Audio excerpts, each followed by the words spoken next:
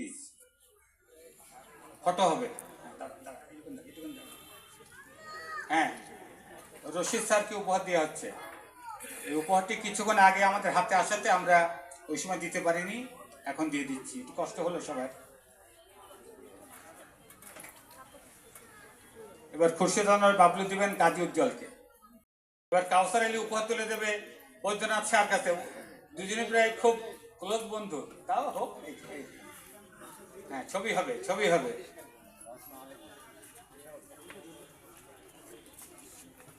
এবার আমাদের আমাদের খালেক মামা দেবে হচ্ছে মাটিকে। আমাদের মাটি যদি ভালো গান শোনা দেবে, এই জন্য উপহারটা দিচ্ছি। হ্যাঁ, এমন ভাবে দেন যাতে ভালো গান শোনায়। হ্যাঁ, হয়েছে।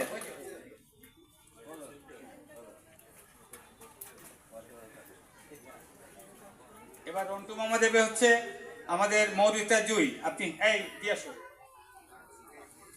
এবং মৌরিতা জুইও দেখো এত বয়স্ক।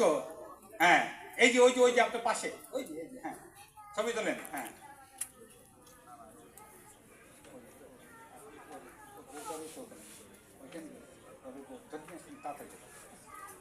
ভালো করে ছবি তোলেন।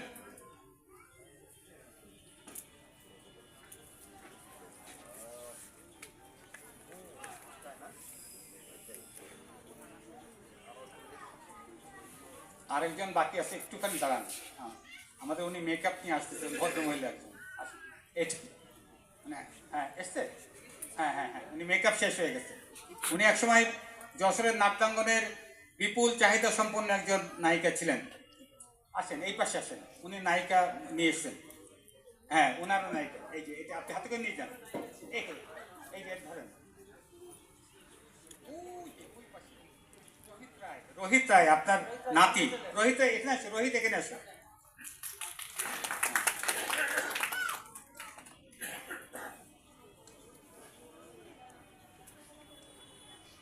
এই শাহানা সুলতানা শান্তির, ওখানে ওই পাশে, এই শান্তির একটা কথা তো বলি বাস। এই শান্তির একটা ছোট্ট গল্প বলি, যে এখানে যারা একটু আমাদের বয়সী আছেন কিংবা আমাদের থেকে বেশি বয়সী আছেন, তারা জানেন যে শান্তি একসময় যশোর নাট্যাঙ্গনের একটা চাহিদা সম্পন্ন নায়িকা ছিলেন। শান্তির শিডিউল ছাড়া যশোরের নাটক হতো না। শান্তির কাছে গেলে না, শান্তি বলতো যে আমি পারবো না, ডিসেম্বর মাসে করবো। ডিসেম্বর মাসে নাটক হতো। সেই হচ্ছে শান্তি। এখন মেকআপ নিয়ে এসছে, দেখেন শান্তি হাসি হবে। আচ্ছা, আপনাদের এবং বাবলু ভাই বলছে, বাবলু ভাইয়েরও নায়িকা ছিল। আর বদ্যের নায়িকা ছিল। হ্যাঁ, জুটি। এবং